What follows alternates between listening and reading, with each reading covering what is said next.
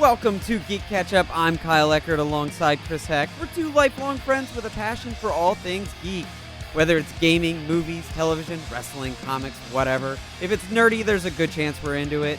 You are listening to another wrestling recap, part of our Spotlight series. And this time, we're breaking down the February 29th pay-per-view, AEW Revolution.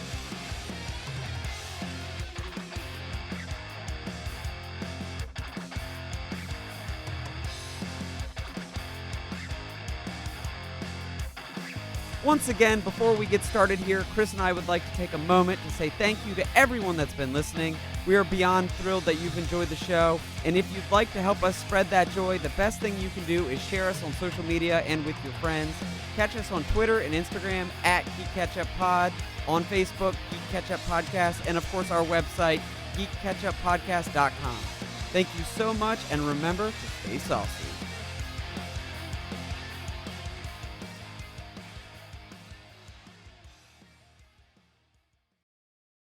Since launching the company last year and debuting their weekly live show, Wednesday Night Dynamite, in October of 2019, AEW has taken the wrestling world by storm and refused to look back.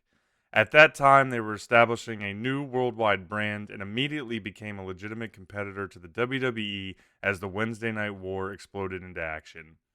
Thriving off of reintroducing fans to a who's who of the world's top performers and an industry craving something fresh, they proceeded to execute Full Gear, a strong pay-per-view event in November that delivered end-to-end with exciting matches, but little else as there was minimal time for story building outside of the main event between Jericho and Cody.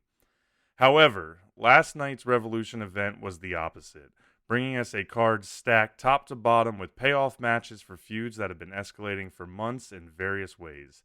To me, this is where AEW proved that they have a roster full of capable storytellers who can create meaningful drama both in and out of the squared circle. Kyle and I are going to take you through each of the 8 matches from last night in Chicago, and first up, we're starting with the pre-show. So in that pre-show match, we saw the Dark Order go up against a relatively known tag team in AEW, the former tag team world champs, SCU. Kyle, what'd you think about this match for the pre-show? I thought it was a pretty solid match for the pre-show. Had a lot of pretty cool little spots on it, and a nice surprise at the end after the match ended. You know, a hometown favorite came out and made an appearance. So overall, as a pre-show match, it definitely set the tone, put it off in a nice direction. And typically with those pre-show matches, you want to hook an audience because it is being broadcast on YouTube Live and other areas for free for people to see. So I thought, as they got the show going, this was a perfect little rhythmed tag team match to hook people into buying the full pay-per-view. Yeah, I can't disagree there. I thought it was a hard-hitting match. There was some build-up to this between the Dark Order and all that they've been doing with their promos and mysterious stuff as they attack folks, and then SCU. Unfortunately, I thought it was a little pedestrian, just probably compared to the rest of the AEW tag team division. And what we're getting, in and out each week, we're kind of conditioned now to expect just nonstop, high-flying, crazy fast pace. And these teams are definitely capable of some of that, but not the same style as a Private Party or a Young Bucks, right? So that I probably had to contend with more, but otherwise, I thought it was, like you said, a good match. And then really it was all about what came afterwards. I thought that the ending with the chaos, with the mysterious person coming in, and the exalted one, and then it ended up being a fake exalted one with Christopher Daniels. You mentioned Colt Cabana showed up, and that was nice for the hometown fan, big indie guy, who actually signed with AEW right afterwards, apparently. Yeah, I saw that this morning that he signed with AEW, which is pretty big. I thought he was just going to focus on his podcast career. And really there's a lot of stuff to kind of get into with the Dark Order as far as what they're doing on a week-to-week basis. They've got this weird website. They're trying to recruit folks. It's almost like geek sci-fi NWO, Yeah, and they've taken an interesting twist to it. I like what they've done with Evil Uno has done on Twitter for people that previously were hashtagging Join the Dark Order. He would give them personalized messages back on Twitter. Okay. And that was pretty fun. Like, he would basically, it was obvious the same, and he wears a mask, so you can't see his mouth moving, but he wears that lucha mask almost, and then they put different audio behind it, and because you can't really see his mouth moving clearly, it all makes sense. But he takes your Twitter name and he's like, oh, say if I did it, he'd be like, Kyle, thank you for joining the Dark Order. Please await further instructions. And it's like little personalized Twitter. It's a nice like guerrilla movement. Yeah, yeah. They've been taking some different aspects with it, and that's probably been the more interesting side of things with this whole storyline to me, right? Is just what they're doing, kind of a little bit different approach and what it's gonna build to. Like I think that's kind of the question too, right? Is really what the payoff's gonna be with all this Dark Order work.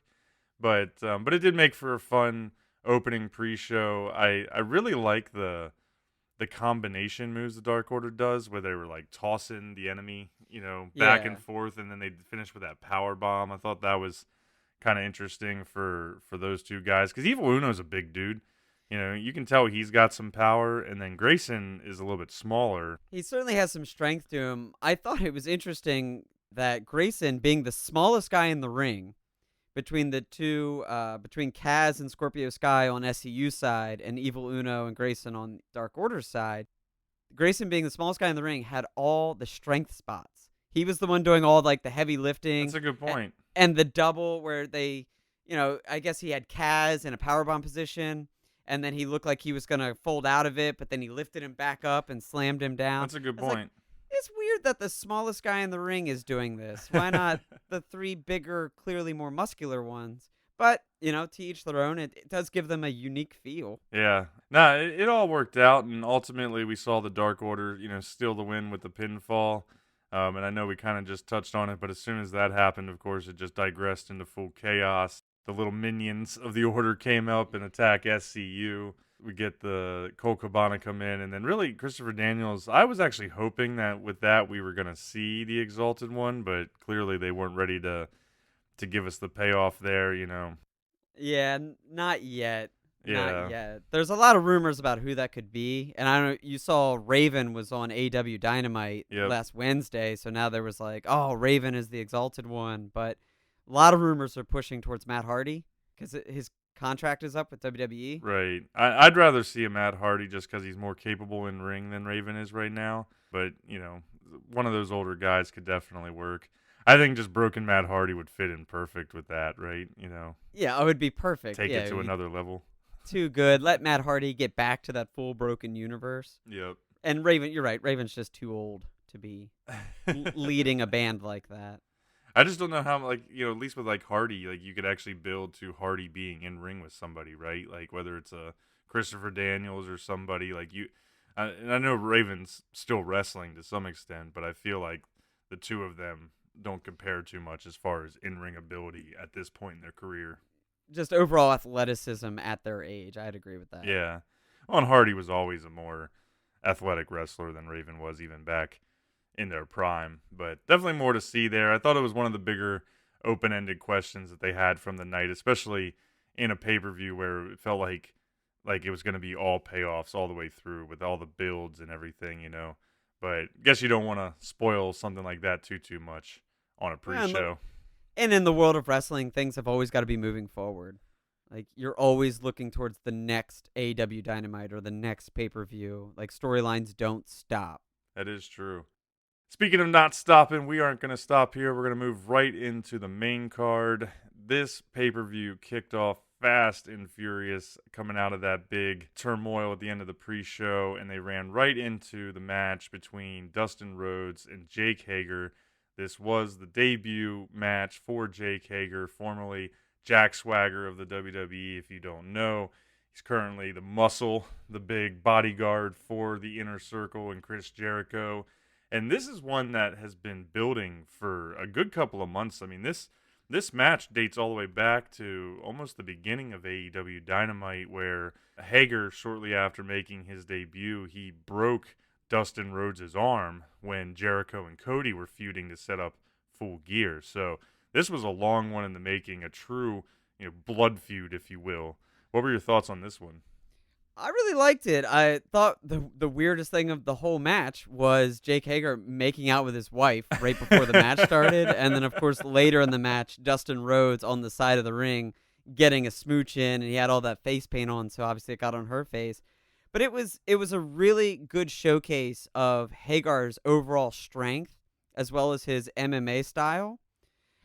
Because with the way the finish worked with the MMA background, but they made it work that Dustin Rhodes still got some moves in. He took him to the outside and ran Hagar into the post a few times. So it evened the odds of Jake Hagar's youth and power, but Dustin Rhodes' is experience in the ring and experience as a wrestler. He knows how to utilize things around him to even things out.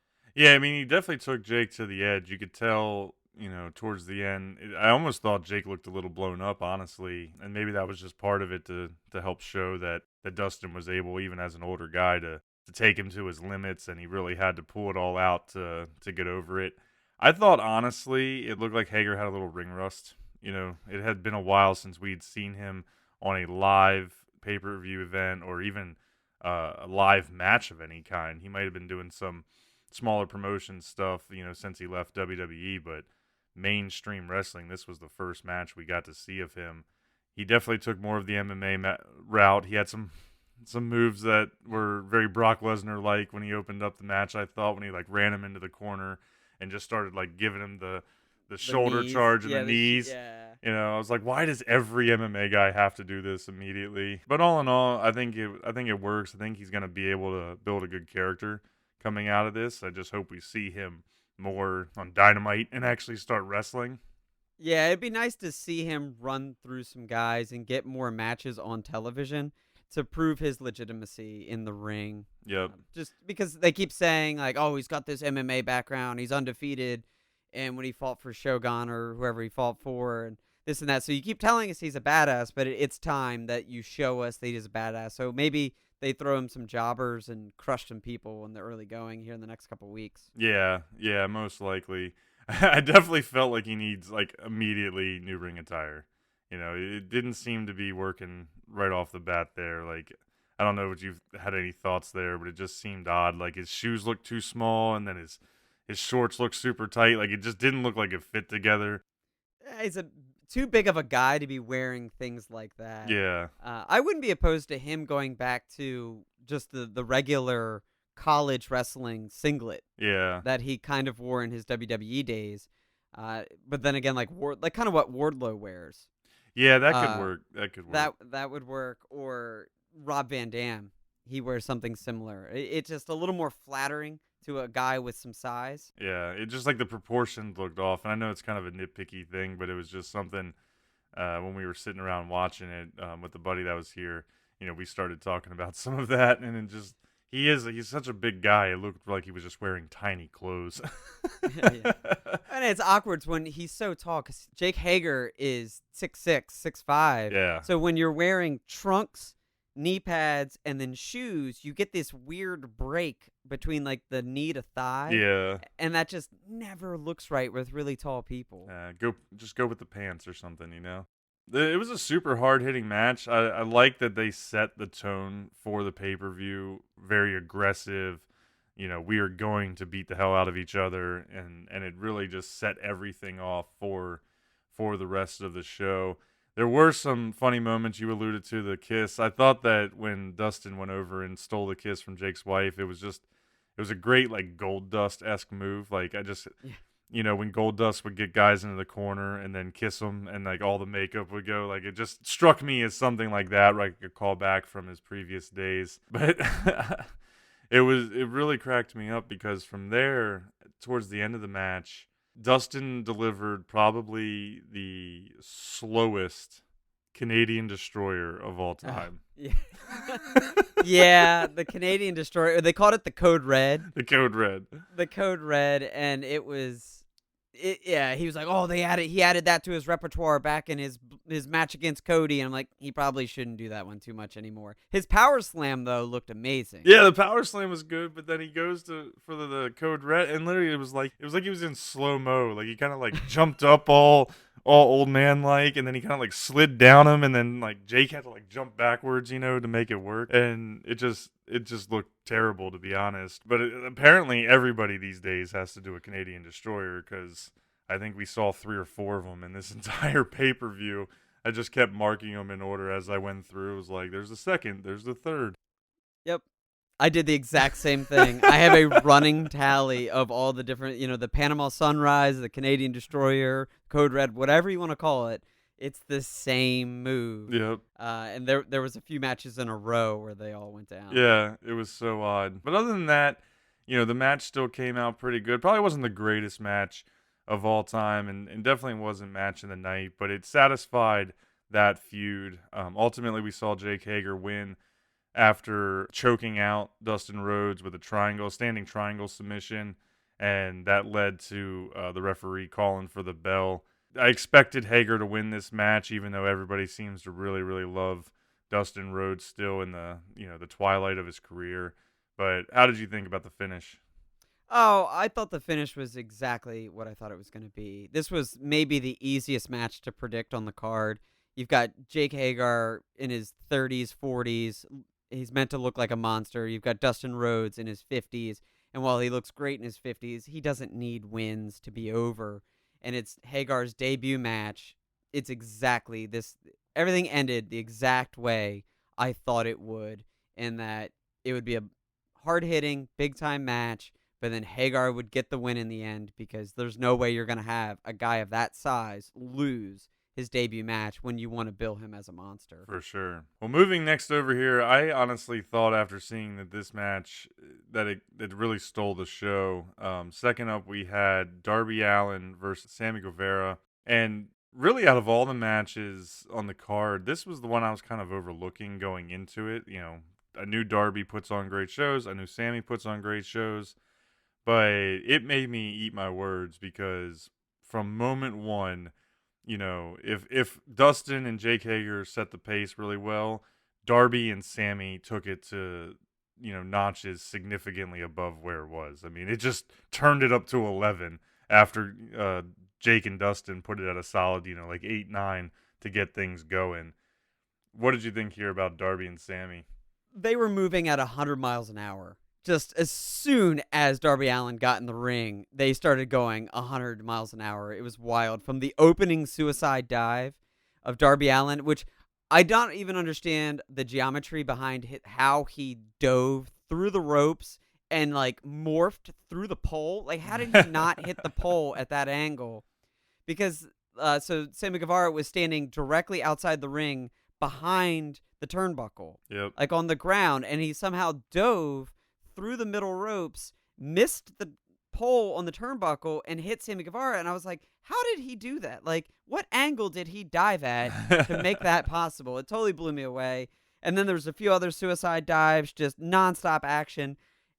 By the time they got the table out, and we'll get into that, I was like, man, the bell hasn't even rang yet, and this match is already flying. Oh yeah, it was at least 10 minutes before the bell rang after they started this. And the camera work was kind of interesting, whether it was on purpose or not, but that initial dive to start the whole conflict, they didn't catch Darby at the beginning on camera because he was coming out through his intro and then just went straight to it. Yeah. So it was a huge surprise. And yeah, I mean, those guys were just wild from start to finish. Incredible athleticism, but also not the cleanest match. From an early on standpoint, you get that initial huge dive, which worked out well, and then Darby went right back into the ring, and Sammy was kind of hanging over the guardrails for between the crowd and the ring, and Darby comes for another middle rope dive and damn near Laparka'd himself. Oh, Rest yeah, in peace, Laparka. But like, he went like neck first into the barrier. It was bad. That was rough. His foot caught on the top rope when he went to dive. It looked like it just clipped his heel, and it's just enough in a move like that to stop your momentum, and you come up short. That was a little iffy. I turned to my girlfriend. I was like, "Well, that's why they call it a suicide dive."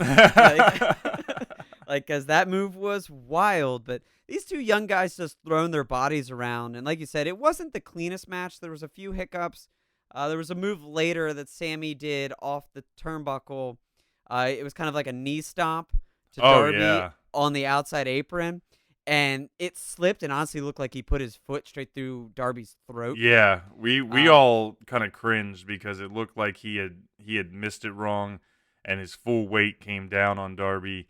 And usually, I mean, we see those moves, those coup de grace moves, a lot, recently with certain other wrestlers. And usually, I mean, as soon as they hit them, they roll, and it's like yeah. so there's very little contact, even though it looks vicious.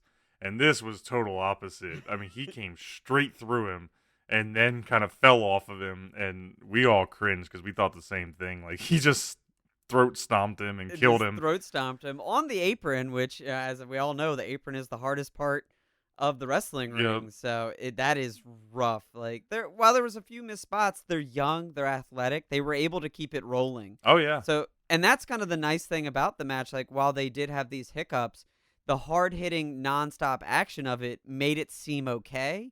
So as long as they kept getting up, both competitors just kept getting up and coming at one another. So you're like, okay, that one slipped a little bit, but it almost brought a sense of realism into the fight. Sure. Because you got to think, if you get into a real fist fight with somebody, you're not going to perfectly land each blow. Yeah. So there's going to be some slips, there's going to be some hiccups, but you're going to also want to keep fighting, and that's what these two proved. It's true. It's true.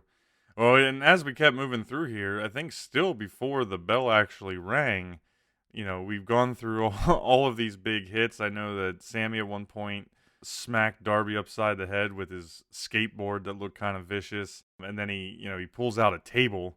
And usually, your tables are the end match payoffs, and everybody gets all pumped for something like this, and they're pretty much like, we're going to start with it. So he pulls out the table. Sammy climbs to the top rope. The table's on the outside with Darby on it, and Sammy Guevara hits. I mean, Ricochet can eat his heart out. Like he hit a 630 front flip. I think it was a 630. That's what I calculated out. Yeah, it was a 630. It was like 2.5, 3, 4, 5. I don't know how many flips the dude did, but it was huge. And he goes straight through the table. He looked like freaking Sonic the Hedgehog spinning through the air, dude. That was amazing. Sammy's his 630 senton is a thing of beauty. It Mm-hmm. really makes no sense on how he gets that sort of rotation. Yeah. It's absolutely wild. Yeah, I mean, he's not a huge guy, so, he's definitely got that ability to really, like, tuck it in and get the momentum. I think that's what helps some of those guys when they are able to do that. And then going to the outside, having that extra height. I don't know, it was a masterful move. He pulled it off perfect. He crushed through the table. The match could have ended there, and I would have been super happy. Oh, yeah. Anthony, who was here watching the match, I had to share this because I took it down as a note as soon as he said it. Sammy does the 630, comes through the table, and Anthony goes, "So it's like we can watch Goldberg or we can watch this." Which Right? which is really going to be more exciting. And he totally like jabbed, what happened with Super Oh, Showdown. Willie G. Goodness me. And I was like, but that is true. Like you look at stuff like this versus stuff like that, and how are you not going to gravitate to AEW when they're pulling off these types of in-ring stunts every week, just Yeah. blowing your mind. Well, it calls back to the Attitude Era with the Hardy Boys and Christian and Edge and the Dudley Boys and their TLC matches where they're borderline professional stuntmen. Yeah.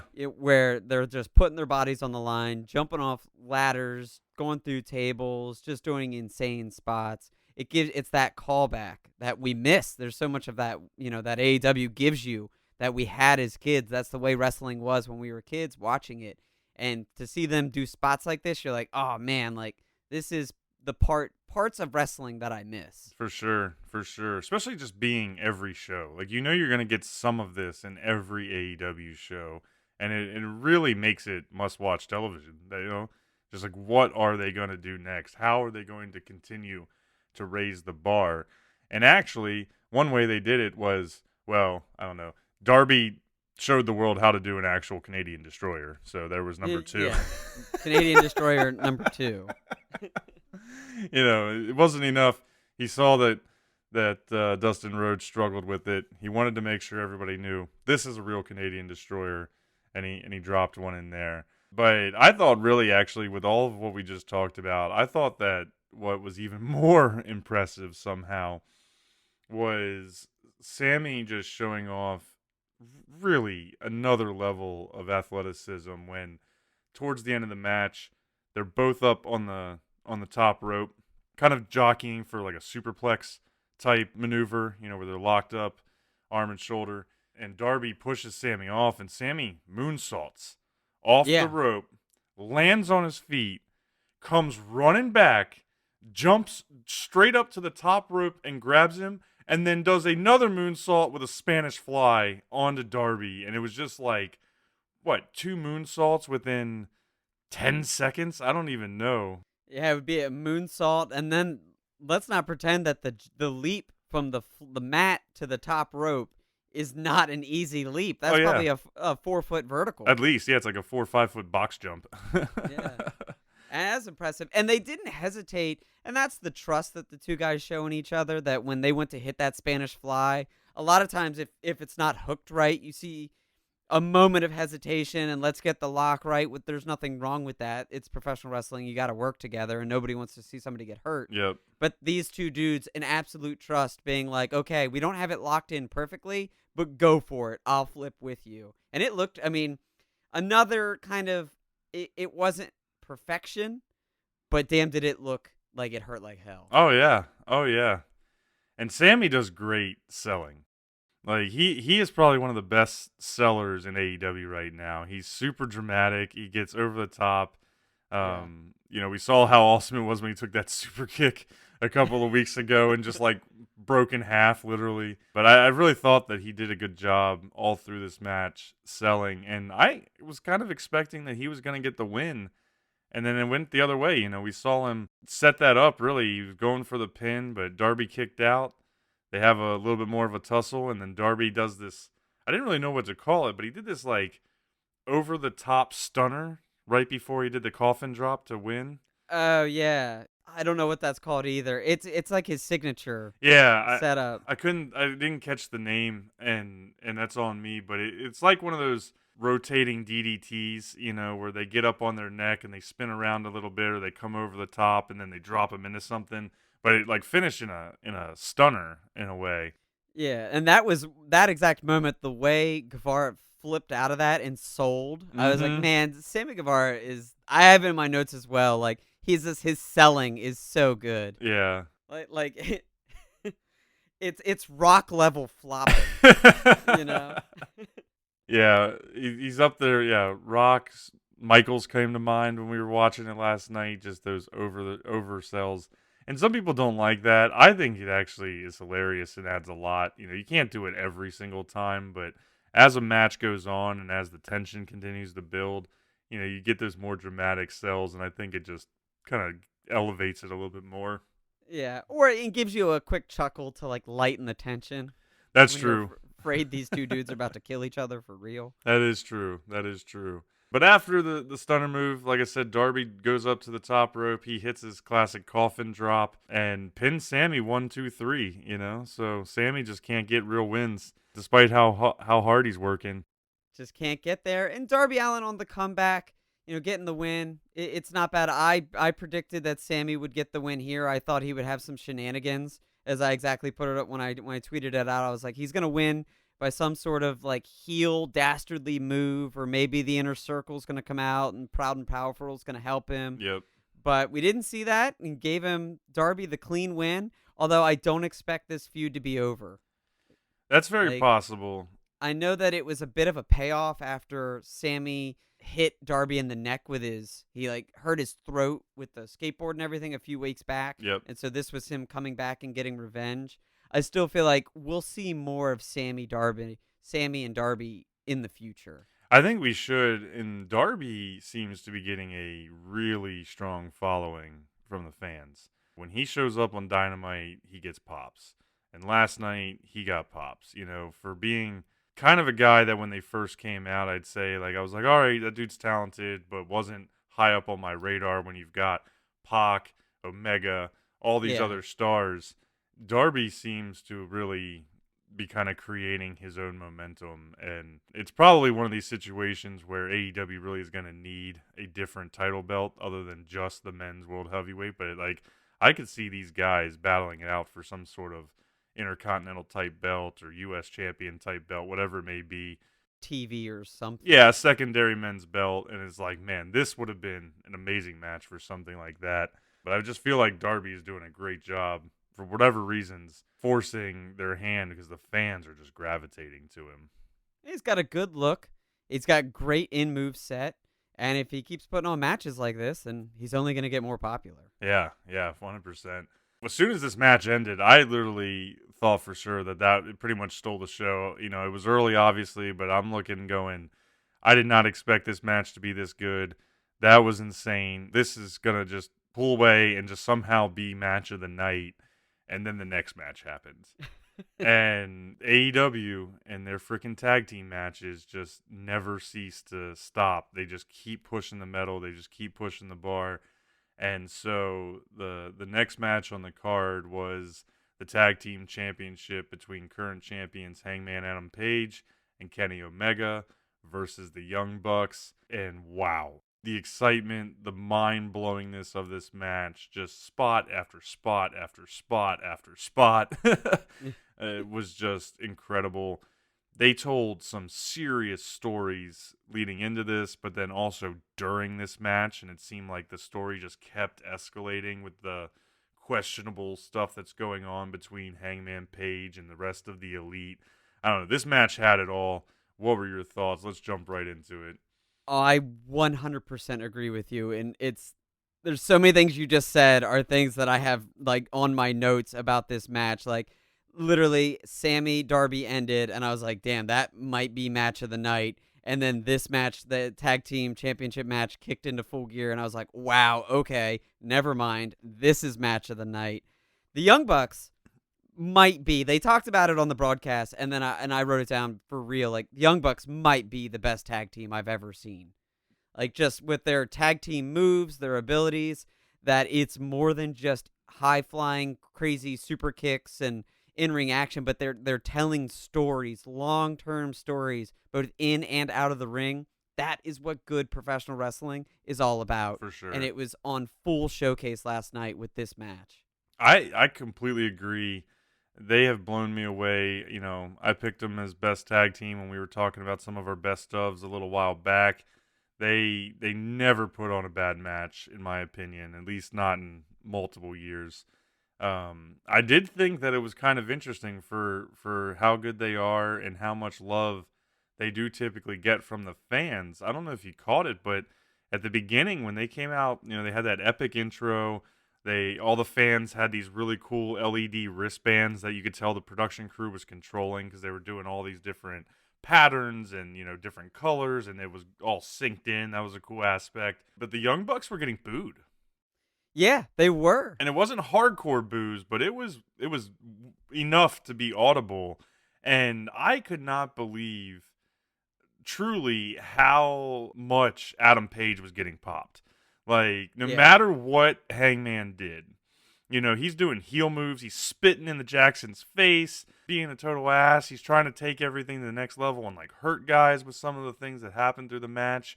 And yet, every time the fans would just start, cowboy shit, and just explode, right? And it's like, man, you got the Young Bucks. I don't know. That was an interesting dynamic for me that I was really surprised that's how the fans reacted there in Chicago to those two groups, given how they've built this story. Yeah. Well, it was a perfect split down the middle because you still see the Young Bucks are supposed to be face. They're still good guys. Kenny Omega and Hangman Page are still faces as well. They're still good guys, but there's this friction building. So it's this. Well, who's wrong in this situation? Is it the Jacksons or is it Hangman Page? And that's what we said. Like, just excellent in-ring story. They flip-flopped so many times on the crowd. Like, the crowd literally didn't know who to cheer for and who to boo because they were so excellently telling this story of, like, okay, both of these parties are doing wrong. Yep. Neither is a totally stand-up right or wrong person here. And that's what I was loving it. For me, I thought maybe by the end, like, so much has been built that we're going to see a Hangman Page turn, and he's Right. going to go full heel. But you never know. Like, this had shades of 1994-95 Bret Hart, Stone Cold Steve Austin match where, like, Austin comes in as the heel, Bret Hart comes in as the face, but through the sheer gravity of the match and intensity of it all, they flip-flopped. And when that match came out, nobody liked Bret Hart anymore, and everybody loved Stone Cold Steve Austin. And I really saw that starting to happen in this match. I was like, wow, if the Young Bucks were supposed to be the good guys coming into this match, I don't know if they still are coming out of this match. Right. And they pulled it off perfect. And it was just it's just masterful storytelling, because when they came in like that, Hangman immediately escalated things first, and then he wanted to put one of the Jacksons through the timekeeper table, and Kenny came over and stopped him. Was like, "Nah, bro, we're all bros." But it really had this feel of like when a group of friends are at a party or doing something, and it's like everybody starts pushing each other's buttons, and like you really shouldn't, but you just keep egging them on because you know them and you know what gets them pissed. But as it went through, right, then the Jacksons started doing things that were more and more heel like, and pushing their things to the edge, right, like what they would normally do. And at one point, I think Nick had to stop Matt from like damaging Kenny Omega's shoulder. And so just stuff that you really don't see, and it also could have been very easily overlooked, but it all just added up to an incredible formula between those things that were going on and just the mind-blowing moves that they just kept doing one after another, inside the ring, outside the ring. We got another Canadian Destroyer. That's 3 for this That's show. 3 in a row, no less. All Yep. 3 matches to start it off. Yep. But I took some notes here on just some of the moves that we saw here, because it was so wild. We got a good spike pile driver on Omega, and I always like a good pile driver. We don't see them too much in some other companies. So we got the Indie Taker, spike tombstone pile driver on the metal ramp. The Meltzer driver. Yeah, the Meltzer driver. We got Adam Page doing his best Bob Backlund impression, and then put totally hit chicken that wing. chicken wing. Yeah, that was a sweet chicken wing too. It's been a while since I've seen that move. I was like, that's awesome. Yeah, but not only doing the chicken wing, he gave us the full Bob Backlund like freak out. It was so good. Such a good callback. There was one moment where Kenny Omega gave, I think, Nick Jackson 2 back-to-back Snapdragons, and then went straight into a Tiger driver. And I thought for sure the match was going to be over, but then they still kicked out. And it was just, I mean, there was like, what, 5, 6, 7 false finishes to this match? At least, right? At least, and you didn't know which way it was going to go, because, the Young Bucks are so synonymous with the Elite and AEW, and you're thinking they're one of the best, if not the best tag team in the world. For me, they're the best tag team in the world. They got to win the belt sooner or later, so why not here? Why not escalate this feud with Hangman Page? So, but at the same time, you're thinking, oh, well, Hangman Page and Kenny Omega just won the belts about a month ago, maybe a little less. So, like, they might not drop it right away. That either team could win, and it would be believable and be real, and you'd be happy with it. Yep. I definitely predicted the Young Bucks to win simply because of the Adam Page storyline. Like, I thought for sure that after, weeks of building this, he's like an alcoholic. He's kind of standoffish. I thought for sure this was going to be the moment. Page and Omega, this was going to be a mini team up in order just to build this feud. And then at Double or Nothing in the future here in May, we would get like a Page versus Omega match or something along those lines. Yeah. And Classic tag team stuff. right. And they kind of went a different route. We saw it kind of all came back together, right? Because after all the turmoil, all the false finishes, I do have to say, I'm curious, do you think AEW referees even know how to count? Oh, I don't want to get into this yet. I was going to save this for later. I'm going to save this complaint for a little later, but no, I don't think the referees know how to count, and I don't think they know the full rules of the match. Yeah. I think they just make it up on the fly, and whenever they feel like enforcing a rule, they enforce it, and then 5 seconds later, if they don't feel like enforcing that rule anymore, they don't. Yeah, it's definitely got that WCW aspect to it, but I just saw that in my notes here and had to bring it up because it was a big theme. It's been a theme for all their existence so far, but last night it seemed to be very front and center that there was a lot of time outside of the ring with no, DQ counts going. But anyway, so it kept going. But what I was getting at was I thought that it was kind of cool how after all the storytelling goes and this and that, Omega's shoulders hurt. Omega goes for the one-winged angel, his signature move there to finish the match, and he couldn't hit it because he got the shoulder injury. And Right. then Paige comes in and kind of gives him this nod, and I thought it was like this moment of bringing them back together, right? Like Paige has been very selfish, it seems, but then he goes and he delivers the one-winged angel to Yeah. one of the Jackson brothers, and I just thought that was a nice little tie. Like, I got you, Kenny. Like, we're still together here. Yeah, we're still a tag team. We still need to work together to win this. He still wants the belt. Right. And I felt like that was the big story for him. And maybe when he was going for some intense moves that would potentially hurt one of the Jacksons and Kenny Omega stopped him when that went down earlier in the match, he was like almost, come on, man. Like, this is about winning right now. This Yep. is about defending our belts and winning and keeping them. That's why I'm here. Yep. And I like that aspect of the story. Yeah, I mean, all four guys. Just I know we keep saying it. Really, go watch the match if you didn't get a chance to catch it last night. I'm sure it's all over the internet, but it really was just a masterful piece of both storytelling and wrestling. Ultimately, we did see after a number of big moves, Hangman comes in, hits back-to-back buckshot lariats on one on one of the Young Bucks to the outside, one on the other in the inside of the ring, gets that clean pin. People just were losing their minds. I mean, one thing I had to say was like every time they would show the crowd through this whole match, and even there at the end, like people's reactions were just freaking. My brain is melting. Like, what am I watching? Oh my god! Screaming at the top of their Yeah. lungs, like hands in the air, eyes like super wide, Yeah. all white showing. It was crazy, but that's the intensity of AEW, and that's the intensity of this tag team division. That's what wrestling can do to people. Like, it's what you want. Yep. And really, I honestly was kind of blown away myself because this was absolutely match of the night. This match, in my opinion, absolutely is going to be a contender for match of the year. And freaking Kenny Omega, in 4 days, in my opinion, had 2 matches between his Iron Man match on Dynamite with Pac and then this on Revolution that both should be match of the year candidates. I thought that match with Pac on Wednesday night was the best match we'd seen all year, hands down across any company. And then they came out with this, and it's like, how do you argue with Kenny Omega? I mean, like, that dude is just all on fire right now.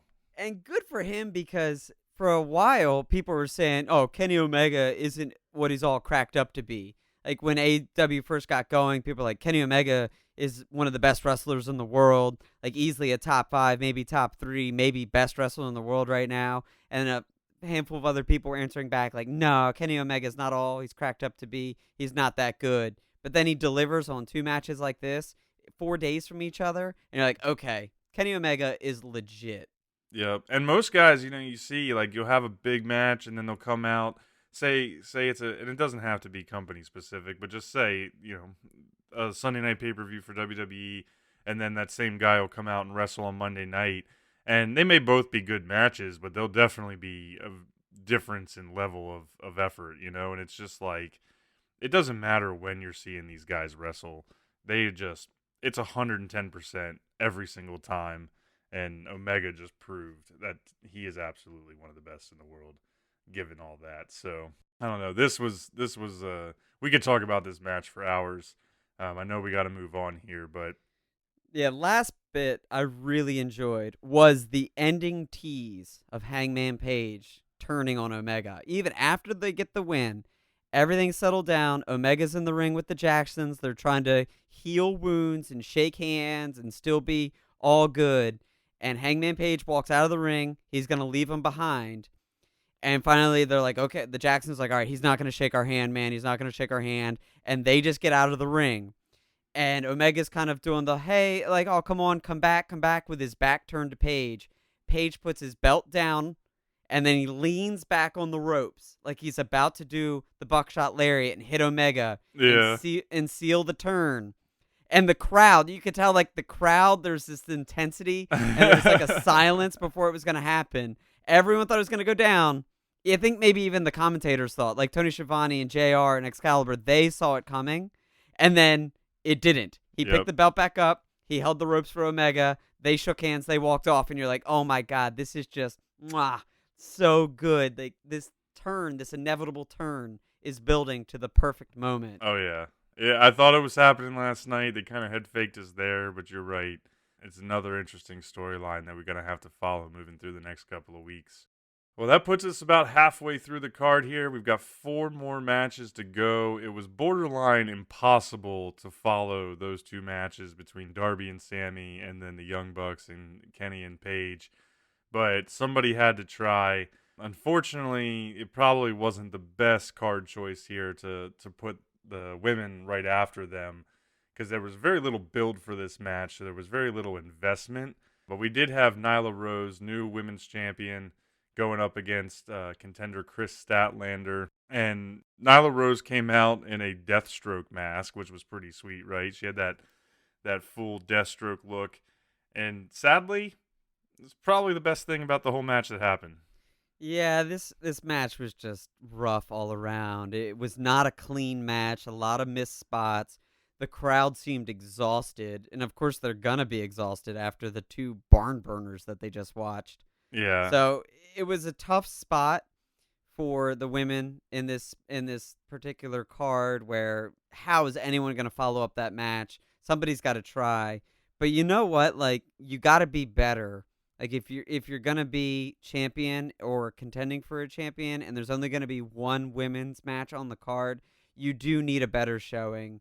And there's no excuse for that. Like, yeah, the crowd fell a little flat and the energy was low, but that shouldn't stop you from having a good in-ring performance, and it seemed like it did here. Yep. I totally agree. Whether it was just that maybe Nyla and Chris haven't wrestled a lot together or what, because they've been doing much shorter programs and like very little build between the women's matches on AEW so far. It did not go together well. And I know there was some talk that Statlander had like the flu earlier in the week or wasn't feeling very well, so maybe that came into some of it. I mean, she missed a nip up. She had to save it with like a weird back egg roll kind of look. She was out of position a few times. It was so sloppy that literally, I don't know if you caught this, but Tony Schiavone actually blatantly called it out on the coverage. Like there was one point he was Oh. like, "This is just full of mistakes," and me and Ooh. Anthony were like, "What?" You don't see that too much, and like I don't know if he was surprised, right? Like he was expecting more, or if he was just trying to help save it, Something, I don't yeah. know, but it was that bad that the commentators were openly talking about it.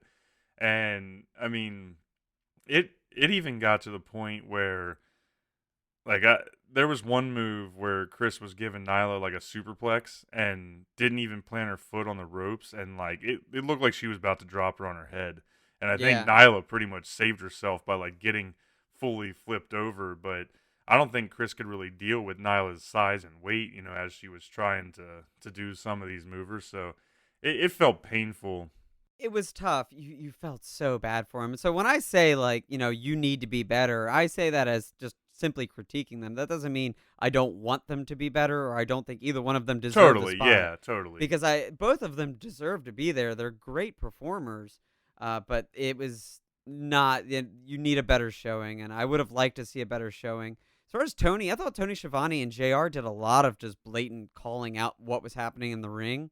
JR way more than Tony, Hmm. but they weren't giving any shortcuts to those performers last night. Like if they did something that didn't make sense logically, or like JR was really bad about calling out the refs. Yeah, And where it's like, yeah, I'm going to knock on the refs for not knowing how to count to 10, but that's for me to recognize. I don't know if I want JR pointing that out as a commentator. right, because it brings that attraction. Like a lot of people aren't even going to pay it any attention, but if JR starts talking about it, then they are.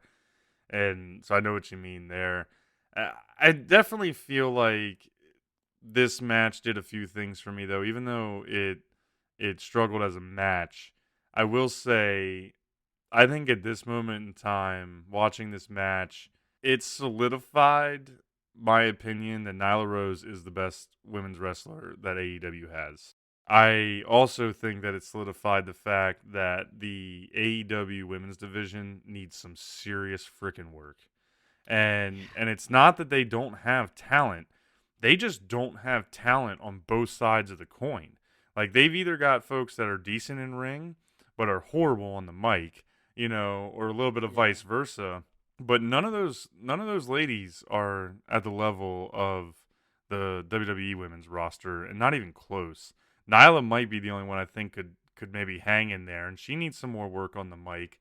They need to give the women more time in general on AEW because they haven't done that, whether it was because Rio couldn't speak, and cut promos in English or whatever it may be, it's just since the get-go they've really struggled with like actual full TV time. But I don't know, like that was really my biggest takeaway out of the whole thing was just who else do they even have other than Nyla Rose? Like I thought I was bought into Britt Baker originally, and then she started just choking every time they put a mic in her hand.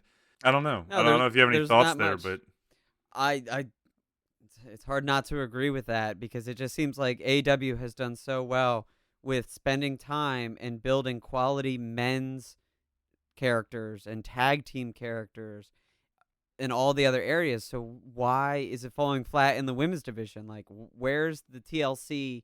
Like, where's the tender love and care that you're putting into the men's storyline and the tag team storylines and the time and the TV commitment? Why is that not there for the women? And maybe it's because lack of talent or lack of trust. Who knows? That's behind the scenes things that yep, we're not aware of. But they do. They need to do something with it. They need to fix it somehow. And I think they're on the right path by putting the belt on Nyla because she's going to be there week in, week out. I yep, know Rio has an insane schedule appearances in Japan, which is why she wasn't on TV as much as she should have been. But we'll see where they go. And there's sooner or later, I feel like with AEW and the women's division in AEW, I keep cutting them some slack and saying, oh, we'll see, we'll give it another couple months. Whether it was they're a new company with a new roster, let them time to develop. And now it's okay, well, they finally got the belt on somebody that's there week in, week out. Let them develop this. And maybe the Nightmare Collective comes back and Awesome Kong wrestles. There's a lot of options. We just need them to start investing in those options. agreed. And I think it was Sarah Beth who said to me when we were talking about this a little bit this morning about, with just how much talent they do have in the men. Like I'm sure some of it is just like it's an all-star roster. So you have guys like Omega and Pac and them that are just tearing the house down freaking every time they step in the ring. And so it really puts the bar at a very, very high level if you're going to take any time out of that card, right? Yeah. And it's just the women, they just haven't quite gotten there yet, and I think that they need to shake up that roster a little bit, maybe finding some new talent. I don't know what it is, but just nobody there is very compelling outside of Nyla Rose to me.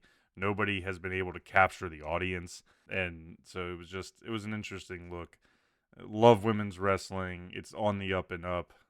Nyla could be dominant for a while, but they've got to figure out what they're going to do with that division. We'll see what happens because I know that AEW is getting a second television show coming soon. So maybe with a second television show, whether it's an hour or 2 hours, that's more television time Yeah, but that's going to be and like more practice. next year. Or, I mean, it's still ways off though. I don't think they're going to Uh, drop that this year. I think it's still going to be. They did sign like TNT. I saw the headlines. Like I remember when that came out a couple weeks ago. But I want to say that it was like a 2021 or beyond oh, type date because I was Dynamite thinking it was going to be late. is still getting established.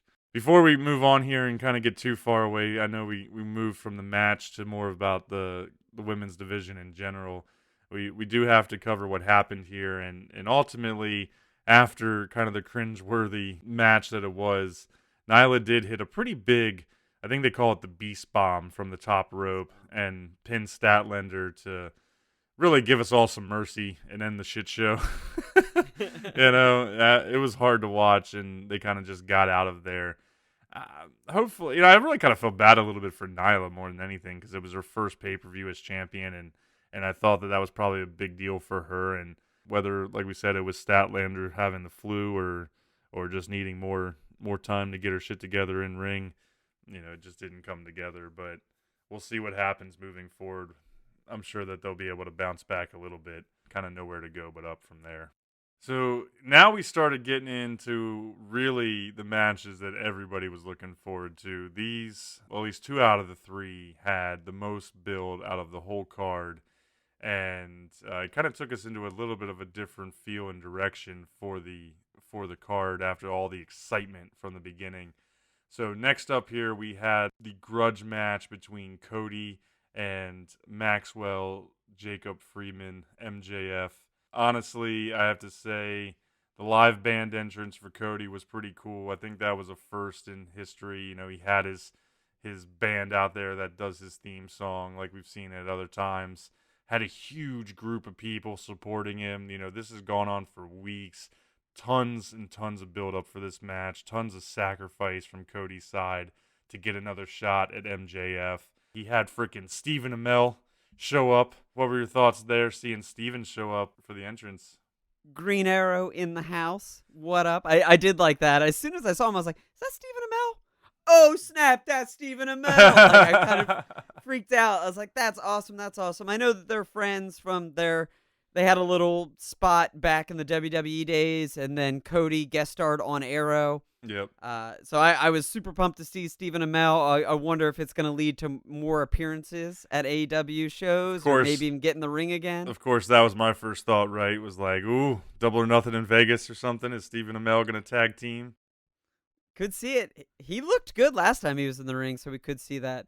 I liked his entrance. You talked about the band. I actually did not enjoy the live performance. I thought everything about that entrance was super cool.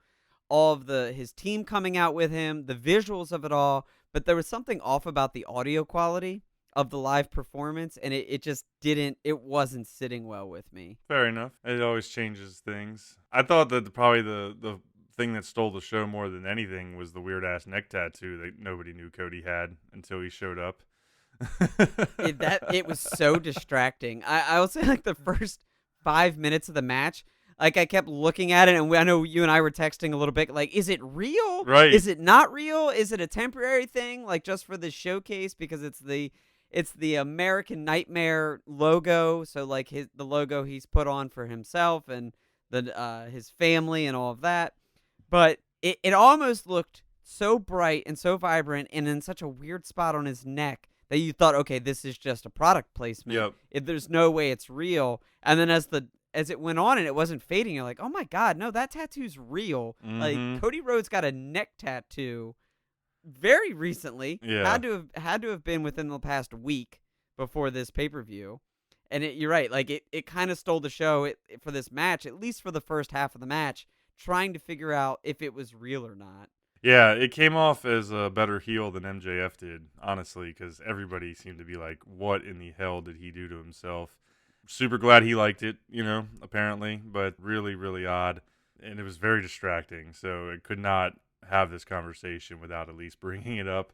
Yeah. Match itself, honestly, did not really come across as intense as expected. Like, I expected this to be more on par with, like, the Dustin Rhodes Jake Hager match earlier in the night, very brutal, hard hitting. And it wasn't. It was more of an old school on the mat match. Couple good spots here and there, and definitely still a little bit of storytelling, right? But, I thought that it was devoid of really big excitement. It was devoid of big payoff. Arn Anderson clearly doesn't know how to enforce anymore, because he had like 4 or 5 chances to be the enforcer and help get rid of Wardlow and stuff, and he just kept doing nothing, I don't know. Threatening him with a chair. Yeah, he threatened him with a chair, but it just, other than that, I thought that it was a different match than I was expecting all around. What were your thoughts? It was slower than I thought it would be. I really thought with the blood feud that this had been set up to be, these guys hate each other. Like, Cody wants his revenge. MJF is, he dislikes Cody. He feels like, oh, you always held me back.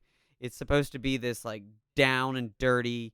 They hate each other. And it just ended up, like you said, it being a slow-paced, old-school, chin-lock, ground maneuver type match, which didn't make sense. And it also didn't make much sense following this slower pace of the women's match.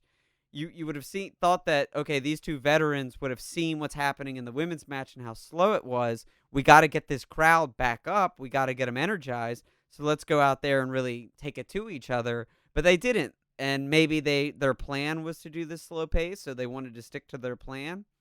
But it didn't have that payoff, that, like I said, blood feud, the absolute disdain for one another that the story was telling. Yep. But it didn't translate into the match. Exactly. They did such a great job building this match, and then it fell flat. And neither of those guys are the same type of wrestler as some of the folks we saw earlier on the card. You know, both of them are athletic, both of them clearly capable of multiple styles and the whole 9 yards, but they are more of a traditional skill set. You know, they aren't doing all nonstop flips and, you know, all of that kind of stuff, dives. They can, but that's just not their go-to set. So it really came off flat, and the crowd started to still be flat after the women's match too. So it kind of started to formulate right in this whole thing that we were watching, and it was just like, it was a good match, and it felt like, you know, okay, like this would have been a good Dynamite main event or something like that, but for the purposes of settling this feud, it did not come out the way I think that they were hoping for. There was a couple of botch moves, like they had this weird suplex over the top rope that just looked really wonky, like they missed the spacing of it as they were going over the rope, and it almost looked like they were about to hurt each other. It looked like they got tangled up. Yeah. When that happened, I think it was Cody dumped MJF over the edge, and then as MJF was going over, they still were in the headlocked, like the armed headlocked position. Yeah. So it pulled Cody over as well. And it was like, oh, did somebody forget to let go? And then they realized that if we're past the breaking point, and if somebody lets go, somebody's going to get hurt. So just hold on and flip over as well. That I have that written down as WTF. What was the over the rope suplex? Yeah, it just didn't look like they meant to do it. I wasn't surprised that MJF ultimately won this. You know, Cody took him to the edge, beat him within an inch of his life, had him, you know, begging to let him be and stop kicking his ass in the whole 9 yards. But ultimately, MJF, you know, kind of cheats a little bit, grabs the Dynamite diamond ring, gets the big punch, and steals the win by pinfall. I predicted MJF to win just because I didn't see how you could have a newer guy take that loss there. You know, like, you're still working to put MJF over, and, you know, Cody is well over. But I know that most of the fans seem to be kind of upset about the fact that Cody took another loss. Yeah, and it was interesting as he was walking out of the ring, he just looked so beaten down. He kept saying, I'm sorry. Like, he mouthing it to the crowd, like, I'm sorry, like, I let you down. So what I have written down here for this match is great story, good wrestling. Yeah. Like, the build-up is really good. The in-ring, AEW is just so good at telling in-ring stories and continuing the out-of-ring story when it's in the ring, and it's amazing. And the finish with the AEW Dynamite ring slipped on MJF's hand, the knockout punch, all of that is great storytelling, but the rest of the match was just good for me. Yeah. I have to ask you, I can recognize that MJF definitely has some skills on the mic, and he definitely has some skills in the ring. Like, he's not terrible when I say this, but I'm just curious, like, what am I missing with MJF? Because I'm not really feeling him, and he's not high on my list of, like, oh my gosh, and young guys that I've seen out there. If I'm being real honest, to me, he's kind of like vanilla pudding with a Burberry packaging. You know, like, he's just very bland, but then you throw on some fancy clothes and it, like, elevates him or something. But, like, am I missing something here? It could just be I like vanilla pudding, but I actually, you know, like, I don't know. Maybe that's it, but I actually really like MJF. He's got a solid Twitter game. He talks a lot of smack. He reminds me of, like, you know, like the Honky Tonk Man in a bit where, like, he's not that great in ring, but he's just a bastard, you know. So he's gonna get a sneaky win. He's gonna lie, cheat, and steal his way to victory. And he's just a really good talker. I think his promo game is just solid to me, and the way he paces himself, the way he chews gum, looks at people, presents himself. I think he holds himself in high esteem and has that perfect heel attitude At least for me. At least for me. And so when he does all of that, he doesn't need a strong in-ring set.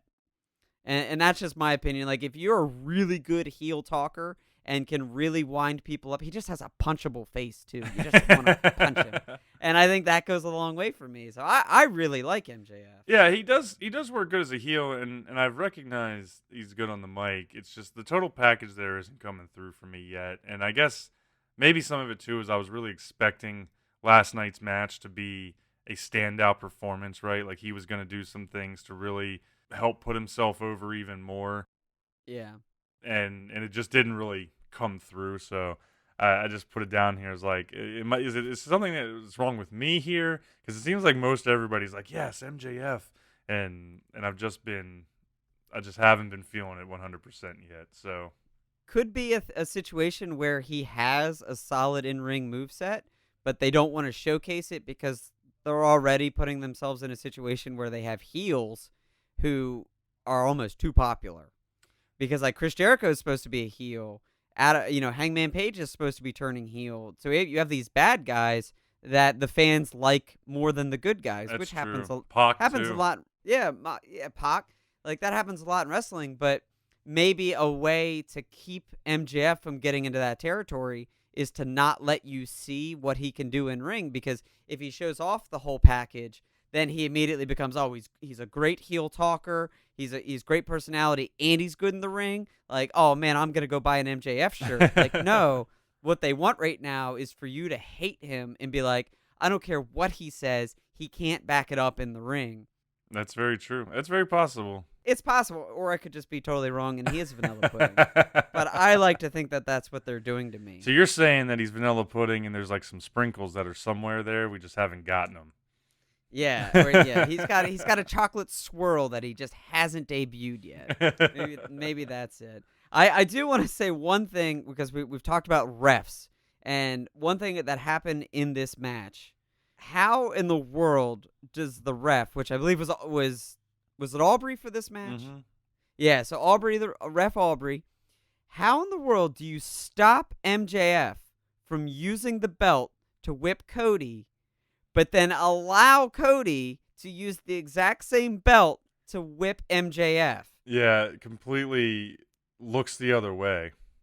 Like, no, she let him do it. I know. Well, she no. let him do it. Yeah, He I'm was saying literally like, Cody, let me get him one. Yeah, no, I'm saying Cody asked essentially, and then they look the other way, like turned the back. It's like, okay, and he whips it, and then yeah, it was odd. And there's, you can tell that they're really working to make the refs like characters as well, and I don't Yeah. mind that so much. Like I like ref interaction, and like all the great refs, Nick Patrick, Charles Robinson, Earl Hebner. They all came with a level of interaction when they were in their prime for their promotions, right? So you need some of that, but that was another one of those odd moves of just like there's two different rule books, Yeah.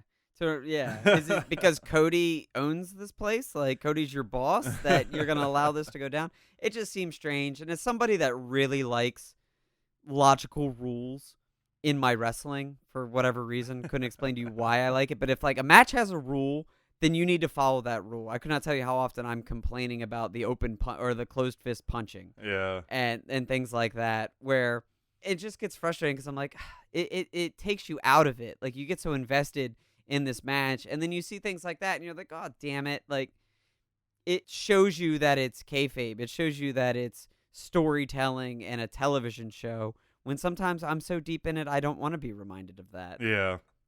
It's a fine line, and some of those rules do help try to give it more of that illusion of reality, right? And like true competition.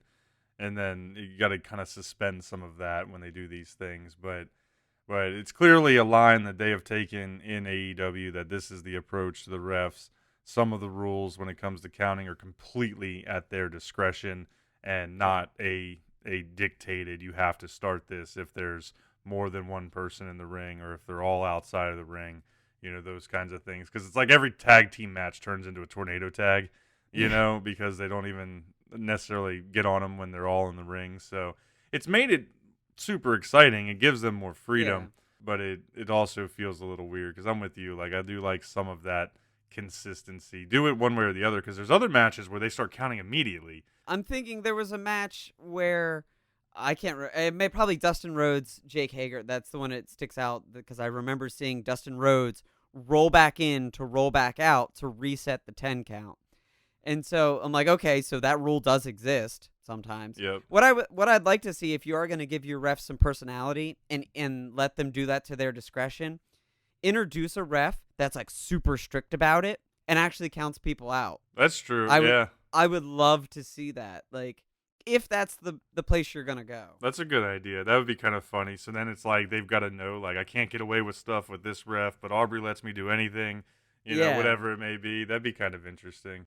All right, well, let's keep moving on here. I know we've got just 2 matches here to wrap up. The next one was kind of a last-minute add to the card just earlier in the week, but I know that it was something that they've actually been building a lot longer, just very subtly than most people thought. I saw some folks were like, oh, there's no build for this match, and I'm thinking back to when AEW was in Charlotte, because there was a tag team match between the Best Friends and Pac and Jericho, but Orange Cassidy was there, and they started to square off Orange Cassidy with Pac with some of the little, shin kicks, and like the whole crowd went nuts, and didn't feel like a feud was forming at that moment, but they kind of just kept it going, and it led up to Pac versus Orange Cassidy last night, right before the main event of the Revolution pay-per-view. This was the very first time I got to see Orange Cassidy wrestle. I will admit that. I mean, I've seen some highlights online, but as far as a legit match, this was my introduction to Orange Cassidy, and I was really impressed. I could not believe how well he made the crowd interact with him on every single thing he did. I mean, this was the match that brought the crowd back to life after the previous 2 kind of went flat. What did you think about this one here? No, the investment the crowd has in Orange Cassidy is tremendous, and it's funny you say that this is the match that brought the crowd back. I actually thought after it was all said and done that this match and the women's match would have been a perfect flip-flop. Sure. Because it wasn't exactly high-paced. They did some high spot moves, they did some quick moves once they got going, but it was a little of that slower pace, but it got the crowd invested. And I thought that this would have been a better spot, or when the women's wrestled would have been a better spot for this match, because the crowd would have been able to stay like low energy but still be invested. Sure. Versus what happened with the women's match. But I just wanted to put that out there. But the match was awesome. Seeing OC, like Orange Cassidy, wrestle with his hands in his pockets is incredible. Like the athleticism that it takes just to pull off these moves normally is amazing. But then to see somebody do all of those same things with their hands in their pockets, it's pretty awesome and absolutely incredible. And it's no wonder that the crowd and the fans have taken to him. Yep. Because he's just, cares. His charisma level is just boosted. Right. Like, his just appearance, his nonchalant attitude, like, it's just amazing. So many people have invested in him. I'm one of them. Yeah, the gimmick is so good. So good. And you barely got to see much of it leading up to this, if you're just watching the AEW stuff. I died when Tony Schiavone at one point said, I literally took the quote here, he said, Orange Cassidy is the king of sloth style. Because he just does everything so slow, and like you say, he doesn't try. And normally a guy like that who's that size, he's got that typical cruiserweight build, right? He's not a huge dude. He's got a ton of speed. You can see him moving around the ring. Like, that guy is very athletic, but he takes this approach, this really unique gimmick of like, oh, I'm just gonna like tap you. Yeah, like little leg kicks. When he was doing the pencil rolls back and forth in the ring, and he just like kept using the momentum as Pac would move him, and he was just like wouldn't stop pencil. Like, it was just so entertaining. It was not the best match by any means, but it was so freaking funny and surprising. I mean, just go through the word. Like, it was just entertainment at its best. Well, it was, and they busted out the "This Is Wrestling" chant for it. Because sometimes this is what you need on a wrestling card. Just something goofy to lighten the mood, to give you a good laugh. Like, not all wrestling needs to be insane, superstar versus superstar, like for the biggest match ever or for a title. Like you can have just some goofy nonsense and Yeah. it's still incredibly entertaining. It's like half Oh, circus, or it's yeah. supposed to be. It always was kind of traditionally, right? Yeah, it's always, and it kind of gets back to those roots of those being a sideshow act at a circus. One little spot that I thought was super cool is that when he did take his hands out of his pockets, he got into kind of like a few, like back and forth test of strength with Pac, and then he did like a quick flip, and the way Pac sold it was incredible. Like this, okay, so he wrestles with his hands in his pockets, and he's good, and he gets the job done. But when he took his hands out of his pockets, Pac like immediately got overpowered and flipped over Yeah. quickly, and Pac like looked up and got stunned, like, what the hell was that? What the hell was that? And Orange Cassidy just kind of looks at him like nonchalantly. Is like, this is what happens when I use my hands. Yeah. Like, I own you. If I wanted to own you, I could own you, but I'm okay with getting a B. Yeah, it's great character build. I mean, he's just masterfully put together, and I don't know if it's just, I mean, that was something he came up with, whatever it may be, but bravo. I hope we get to start seeing a lot more. I will say I was really surprised that he lost this match. I predicted that he would win. Kind of the same thing with Jake Hager, right? Making a debut, lots of hype, the whole 9 yards. But it was kind of a tough call because Pac came off the loss in the Iron Man match on Dynamite, and Pac's been definitely, one of the hotter guys in the promotion. So I guess it made sense that he ended up getting the win via the brutalizer for the submission victory. And it wasn't completely clean, right? Because the Lucha Bros did come out towards the end of the match. They started, distracting Cassidy. They started attacking the best friends. So that kind of opened up the opportunity for Pac to get the win. So it wasn't a total, loss on Cassidy. But at the same time, I was surprised that they didn't let him get that victory right out the gate. The distraction made it just such a solid finish and smart finish because, as I've said before, Pac's character needs the wins. Like he's a guy that's all about the wins and losses. He's all about staying tough. OC's character is more, if I win, I win. If I lose, I lose. And he doesn't need to win to stay popular. I Very think true. that's become kind of, he's so just like whatever about everything. He loses, he's going to come back on Wednesday. The crowd's still going to go crazy for him. He's still going to go back to his same old shtick. So it worked perfectly where it was a distraction finish. So like that immediately puts a small asterisk on it.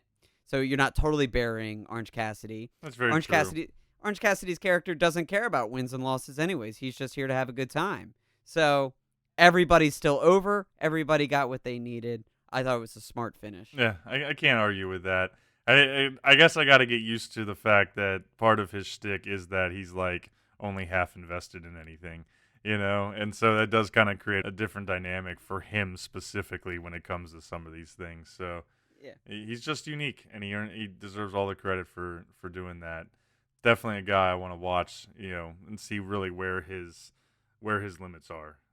Is he a guy that can go all the way to the top and hold some belts and keep the crowd engaged for a long term, or is this going to be more of a fad because he's come out of the indies, he's now on TV, and then people are going to get tired of it? So I think that's probably the bigger question with him. Well, you hope it sooner or later, if that does start to get old, then he turns it on, Yeah, and he has the right ability to say, okay, I need to start trying, or I am going to start trying, and then they start a real build for him towards the top. that's possible. Yeah, like I'm actually going to give it effort now, like Yeah. 100% Cassidy, 100% pulp free.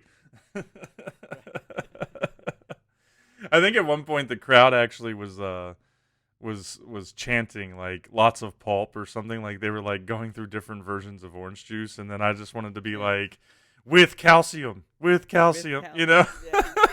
Vitamin D. All right. Well, the last match we had here after they brought the crowd back to it was, of course, what everybody was here for. It was the men's championship, the heavyweight championship fight between Jon Moxley and Chris Painmaker Jericho. Another match that had a ton of build-up leading into it. We saw, offers for Moxley to join the Inner Circle. We saw total turmoil happen where he stole the $250,000 Ford GT and told Jericho to shove it, pretty much. I don't want any part of your inner circle. We saw him, lose his eye, wear an eye patch for the last couple of weeks. He had to run the gauntlet through the whole inner circle in order to get to this point and fight Jericho. So there was weeks and weeks of build here, and ultimately I think that this match did have a pretty good payoff. Went a little different than I expected, but it was a good fight. Kind of put Moxley through the paces yet again, and then had kind of an interesting finish. But what were your thoughts here? So the very first thing I have down here is the style of the match completely makes sense, but at the exact same time completely makes no sense. And I think that for me, it went back to the rules, because this was not a no holds barred match, correct? Right, but they completely took it as a no holds barred match. Yeah, completely. And so I'm gonna get my complaints out of the way, and then because I did enjoy it, let me make that clear. Like I did enjoy the match. Moxley going through, like you said, getting put through his paces, and Le Champion Chris Jericho is just amazing, even at 49 years old. But for JR to consistently keep saying, Ref Aubrey, she calls it by the books. She calls it by the books. When the match was so clearly not being called by the books. Mm-hmm. Like, they went and they fought through the crowd and up through into the rafters and everything. And then it was like this moment where I think even Tony Schiavone said something, or somebody said, like, shouldn't this match have been, like, DQ'd by now? Yeah. Like, and that's what I mean, like, where it all made sense that it's these two want to have a match like this where they fight all over the arena and beat the crap out of each other. But at the same time, that wasn't the rules of the match. Yeah. So why is it being allowed to happen? I actually had something similar because I think at one point Tony or JR actually said clearly Jericho is trying to do everything he can to get disqualified. Like at one point he even slapped Aubrey on the ass. Like Yeah, he on pushed the ref. her. Yeah, he pushed her and then like slapped her on the ass. And like they made these comments and it's like, well, no, he would have been disqualified like 4 times over. Like he used a weapon when they were out in the crowd and like attacked Mox, so it definitely they need to kind of get some consistency going there. It would have been Because nice. it just feels weird if you're paying attention. It does, and it would have been nice if they had followed that comment up with, like, oh, Aubrey's not going to give him the time of day and to DQ him. She knows that that's what he's trying to do, but she's not going to allow it. So Sure. she's gonna put up with all this stuff to make him be a fighting champion. Like you could have easily fixed it with one line like that, and they Sure. didn't. So it created this awkwardness. But all in all, it was a slobber knocker, down and out, hitting each other with weapons, hitting each other with barricades, wrestling up through the crowds, eventually getting back into the ring. Moxley cut himself right above the eye patch. There was a significant amount of blood there. Kind of a funny cut because they cut to him and there was no blood. They cut away and they cut back to him and there was a ton of blood. Well, yeah, right. So Just a note on that. Actually, I had a note here because we were struggling. The three of us that were watching it were struggling to tell if the blood was real or not. I think he hit himself with a blood capsule. Well, maybe at first, but he actually at the end when he finally took the patch off, he had a deep cut above his eye. But I think between the camera angles and the fact that the eye patch was there and it kind of kept moving, like he kept fumbling with it, right? Like all night it was like sometimes he was bleeding, sometimes he wasn't, and he kept having to adjust that eye patch to like I think Sarah Beth or Anthony, one of the two of them literally said like, "Is the eye patch full of blood?" And like we thought he was almost like pushing it to make it bleed, to like as a prop. Yeah, like a Because it kept going back and forth between him being covered in blood and not. Like it was just weird. Maybe it was just how the cut was, or maybe when because the doctor did give him a piece of gauze at one point and he like hit it. Patch it up. Yes, I don't know if it like clotted it some or whatever it may be, but it was we couldn't tell if it was real or fake for a while there until he finally removed the patch towards the end as we came to the finish. There was some really weird moments in this match between the two of them. Like when Moxley bites Jericho's stitches, like because on Wednesday night, Moxley headbutted Jericho and gave him legitimate cut that led to like 9 stitches or something like that. And literally then they come in and part of it, like he full on just like bites the stitches. And I was like, Pretty sure that's how you get coronavirus. I don't know. Yeah, that is not sanitary, Mox. That's not sanitary. But they told the story they needed to. I don't know what you thought about the finish, but I was actually surprised that Mox got the win here. I did not think that Jericho was going to be ready to give up the belt just yet. I thought he was going to continue the dominant run. I was expecting more of a DQ type situation to where maybe this feud would go on a little longer. Yeah. I know Mox is super hot, and so him winning is totally fine. Like, it does make sense in its own right, but that kind of got me a little bit. What did you think? I wasn't too surprised that he got the win. I felt like it was time to make that shift. And then you can't imagine that they are going to react to what the other wrestling companies are doing. But it was also interesting that basically since Super Showdown on Tuesday with Goldberg picking up that win and taking the belt, and everyone complaining that WWE is currently sitting with a 55-year-old champion and a 43-year-old champion.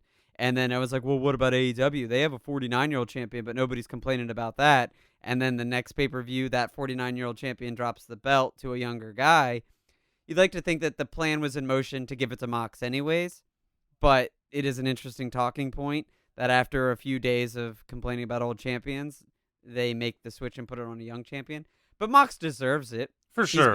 He's been on a battle. He's been on the up and up, and I think the Inner Circle stuff was about to just kind of overstay its welcome a little bit, where how long can you go by just being a group of guys where it's simply a numbers game? That's true. And that's your advantage. And I think they also needed to get the belt off Jericho because he was starting to become too popular. That's true. And with the crowd singing, that's not what you want. If you want a heel champion, you don't want the crowd singing that champion's entrance as he walks to the ring. So I think that's why there was prepped in time for Moxley to take it and get it off Jericho, because they had run the full storyline of everything the Inner Circle does and running roughshod over AEW, and Jericho is becoming too favorable with the fans as a funny champion, as a heel champion. So let's shift it up a little bit and put it on Mox and see what he can do. I think he's waited a long time for an opportunity like this, so hopefully he soars with it. That's totally fair. I really can't argue with any of that. I definitely don't know if I felt like the Inner Circle and Jericho was ready to end their run, and I don't think they're necessarily going to end it just because he lost. But as I said, I was kind of envisioning at least a few more months of a really dominant title run. Maybe then he kind of takes a break, takes a step away, and then comes back just because he is older, right? At some point in the next probably 5 years, Jericho's career is going to be close to ending. I mean, he's in good shape. Yeah. You never know for sure, but there is an expiration date on most of these guys, and we're seeing a lot of them push it a lot further than we've seen in other generations. So I had here with the loss a couple questions for you as we wrap up. And so I was curious, like, what do you think it means for Jericho moving forward? Well, I think he's going to go on to still lead the Inner Circle, but I wouldn't be surprised if the Inner Circle kind of turns on him a little bit. And like, now that you're not the champion, why are we following you? Sure. Like, you're just an older guy, so maybe we could see him go away. The summer months are coming in. I'm sure Judas is going to go on a summer tour of some kind.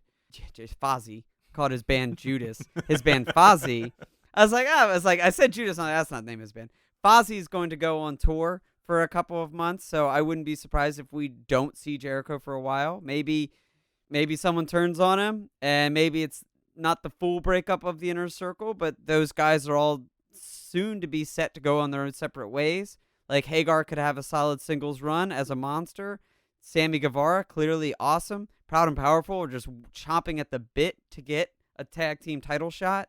So maybe Jericho gets turned on or fades into nothing. He disappears for the summer and then comes back in the fall, if I had to really guess. That's possible. We'll have to see. There's a lot of talent there in the Inner Circle, and there's a lot that they could do with them. So it just still feels a little too soon, but we'll see. We'll see. All right, so last question I had here for you then, with Double or Nothing coming up, their next pay-per-view in May in Vegas, who do you think Moxley's going to feud with? I could see something either happening with the Dark Order because they've been giving the Dark Order some wins and some pushes, and I don't know whether it's the Exalted One or not, but if I think if they debut the Exalted One and they go after Mox, then that could happen. Okay. I also think Pac, he's flirting just under the title shot, and he got the original title shot against Jericho, and he's been getting some big wins, and he puts on he's a hell of a performer. So I think maybe that's who he feuds against, and I think that would be an interesting matchup between the brawling style of Jon Moxley and the very good technical wrestling side of Pac. Well, he also has a mean streak in him. Yeah. And now we have a fighting champion who can take some serious damage. Did you have someone in mind that you were thinking you'd see? Pac was kind of the obvious choice, I think, to me. And so that's why I was questioning it because, will they go with the obvious choice? And it seems like every time they get Pac right there where you think, no doubt, he's going to get to the very top.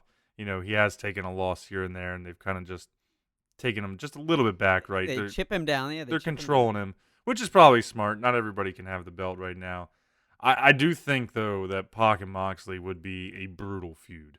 I think that both those guys, the characters they've built, the intensity they have, on the mic capabilities, in-ring capabilities, the whole 9 yards, it would be pretty intense. But I'm just not sure. I like your prediction maybe more on the Dark Order. That's an out of left field prediction. If they go that route, that would be quite intriguing. It all depends on who the Exalted One is. Yeah, we'll have to find that's out. really what it comes down to, because if the Exalted One is Raven, then no, I don't want to see that. I don't think anyone wants to see that. But if the Exalted One ends up being like Matt Hardy or someone like bigger name that we can really get behind, I think it would be a fun little promo. Hopefully they wouldn't go too overboard on the numbers game, but there's like 6 dudes if you count all the little minions. Yeah. That's a lot of people to deal with, and they had a run-in with Moxley a couple weeks ago, I feel like. Yeah, they've had some run-ins with a lot of people just here and there. Some have been more done up than others. I also think that the question comes in more is with Moxley just now winning. Like I can't see him losing at the next pay-per-view. And granted, since they've got more time between than like the standard one a month that WWE does, there's a lot that could happen between it. But you would expect that after the whole 9 yards, Moxley's whole build, that he's going to have at least a 6-month type run like Jericho just did. And so do they feed Pac to him just yet? Or do we let him have some of these other guys and we get, some of those smaller title matches where you expect him to win kind of deal? I don't know. Yeah. We'll have to see.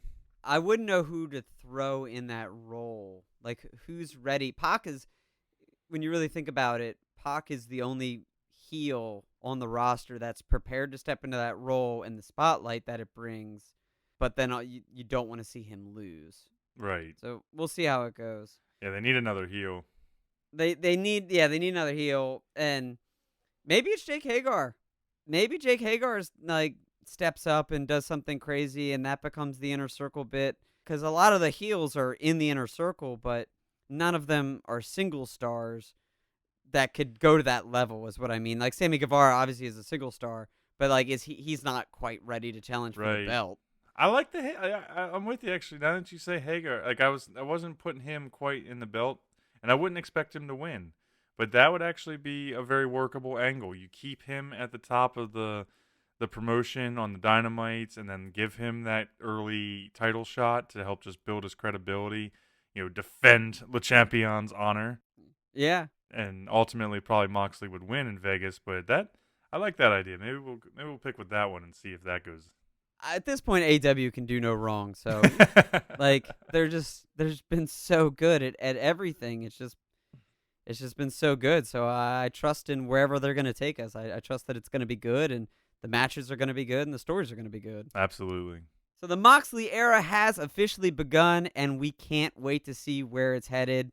All in all, it was another top-notch pay-per-view for All Elite Wrestling. The company is really starting to flex all of its muscles, showcasing not only great in-ring action, but compelling stories with characters we can believe in. Thank you for listening to GeeK KetchUp. If you enjoyed today's chapter, please remember to subscribe to GeeK KetchUp on Apple Podcasts, Stitcher, Spotify, or wherever you listen to your podcasts. Check out GeeK KetchUp on Facebook and YouTube, and follow us on Twitter and Instagram at GeeK KetchUp Pod for updates on new episodes every 2 weeks. You can find links to all these accounts in the show notes below or at our website, www.geekketchuppodcast.com. Stay saucy, you nerds.